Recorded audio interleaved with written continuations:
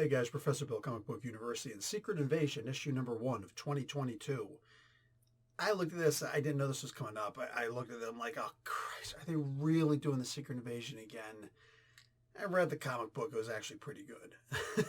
This wasn't magical, this wasn't, holy crap!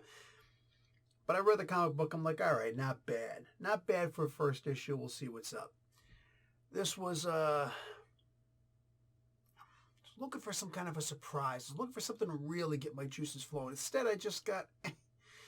but for the most part, the ending of this kind of sort of made up for it. I'm going to spoil the ending, but I'm not going to do it now. I'm going to do it towards the end of this video. For now, let's talk about who made the comic book. Then we'll talk a bit about the comic book itself.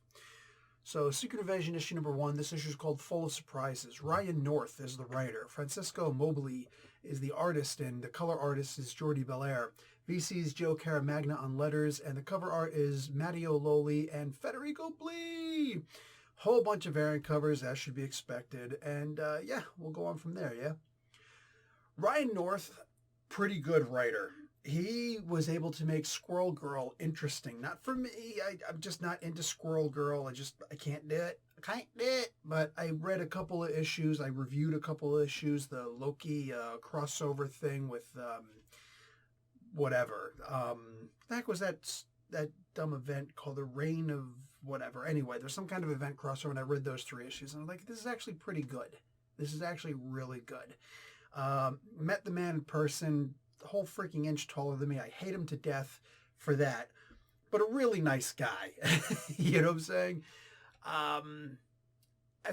So when he brought that over to this, the good writing, not the nice guy stuff, he brought that over to this, I thought, all right, not too shabby. To have an actual event level comic book with Ryan North heading it. This was not bad.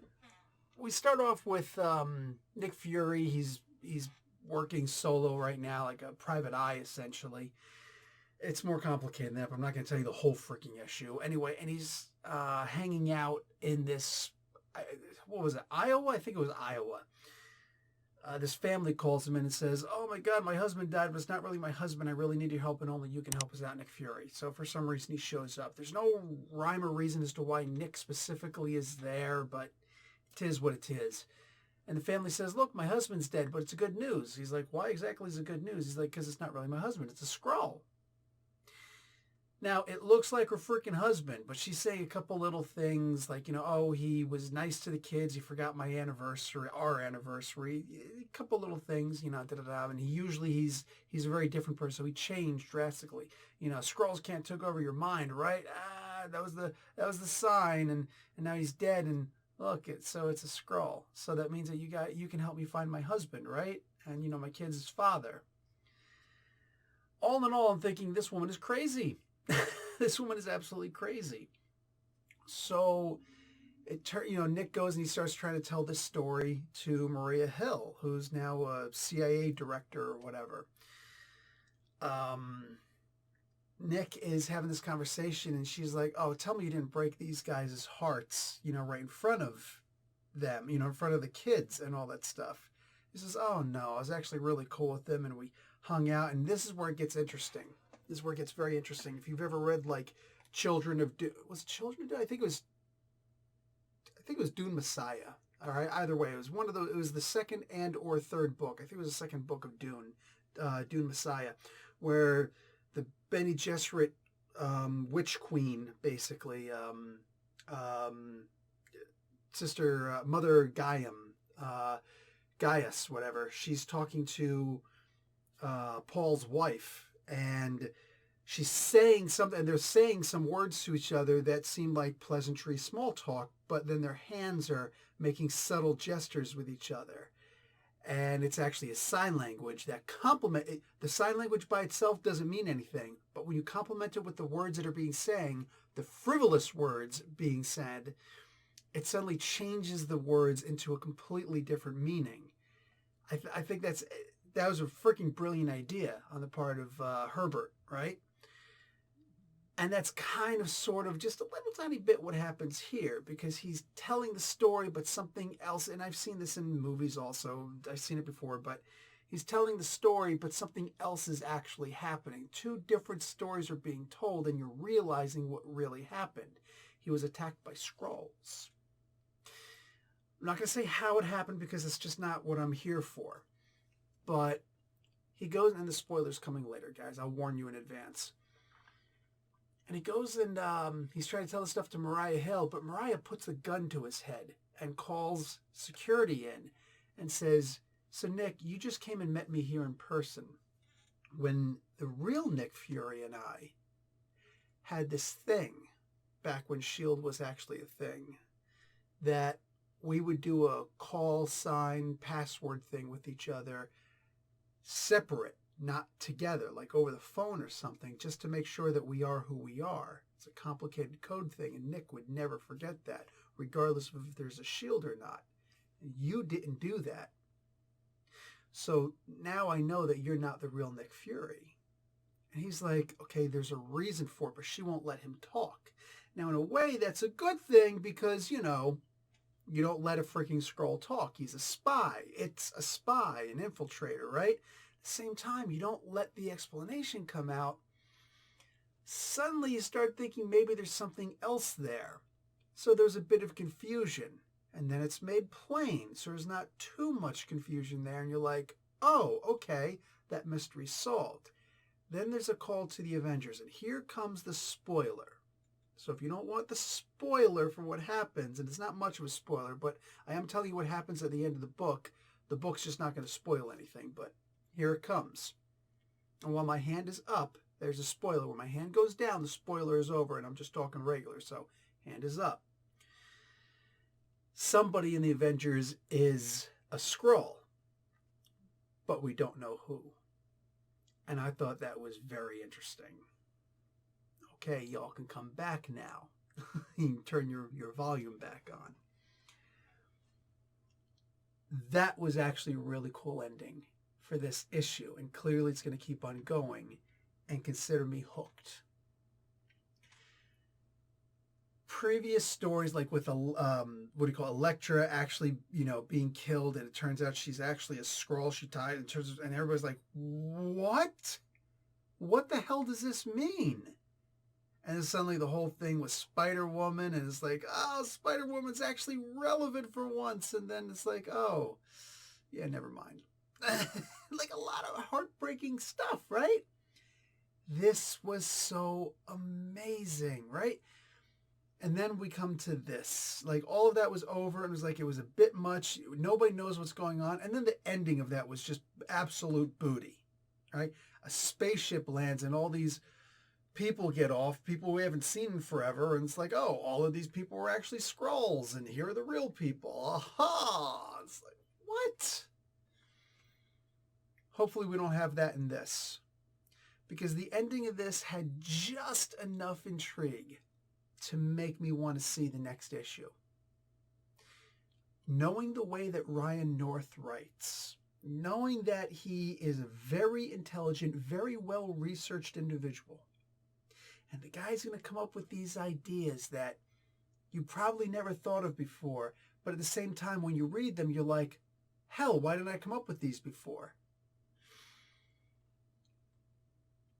Having him bring that to a super sleuth detective whodunit, who's the freaking imposter Skrull. It's almost like he's rewriting The Thing. John Carpenter's The Thing. I don't want to see them make a freaking remake of that movie also. But it's going to happen one day anyway. So anyway, probably already did, and I just blanked it out. But seeing him bring something like that to the table here would actually be pretty impressive. I'm looking for it and hoping that he doesn't crush this with a horrible ending. But we'll see. We'll see. The art in this book, I mean, knowing who's on this book, Lally and Belair, fantastic. There's not so much detail on it that it looks like a Van Gogh, you know what I'm saying, or something spectacular, but like the people's faces, you know exactly who they are, but there's not like great detail put on there. In fact, the detail, this is what's so interesting to me, is put on the backgrounds. You look at people's faces and you're like, again, I know who this person is. Okay, blah, blah, blah, blah, blah, blah. if you really consider it's not the best rendition of these characters, people have drawn better art for these characters. But it's good enough that it'll pass and you won't think about it unless I just told you, and then you're like, oh yeah, Bill's right. I don't know these guys. I don't know exactly why they're doing these things, but what I will tell you is this.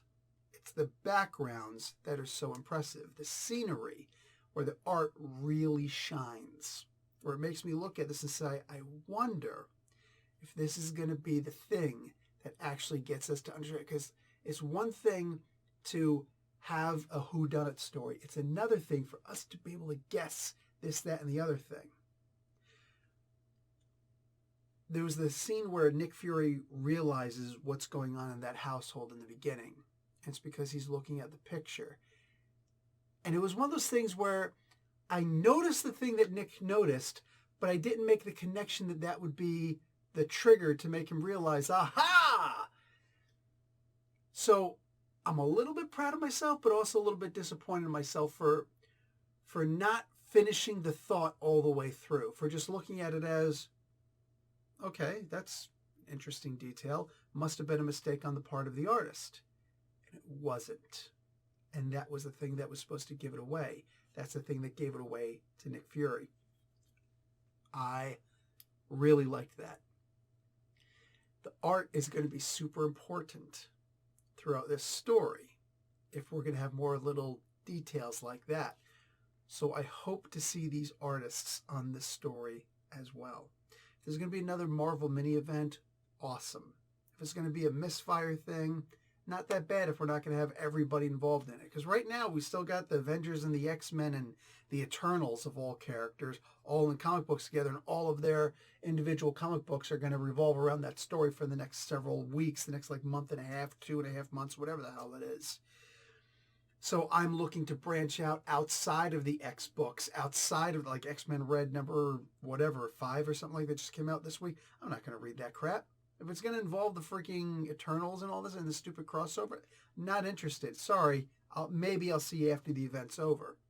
But seeing this book that is separate from that event, I don't care if it's with the X-Men or the Avengers or whatever, that makes me happy. So I saw this and I'm like, do I want to read this? I'm like, you know what? Why wouldn't I give it a shot? And I've been saying for a while I'd like to see more from Ryan North besides just Squirrel Girl. And seeing what they did with the art just in this issue alone, I wonder if there's other stuff that might be hidden in here also that we'll come back and look at and go, oh, son of a gun. Like the original Spider-Man versus Superman, where Spider-Man goes and throws one of his spider traces at the octopus. And we're like, no, he didn't. And you scroll back and you look and it's like, holy crap, he did. There it is right there. And I didn't even notice it. It's things like that I love. I love beyond any question. So I'm weirdly excited for this book to see where it goes. Hopefully this winds up being something amazing that would really make me happy. Anyway, guys, that's going to be it from me. Like the video, watch an ad, and definitely consider getting this book. Might stoke your jollies. Professor Bill, Comic Book University. Class dismissed.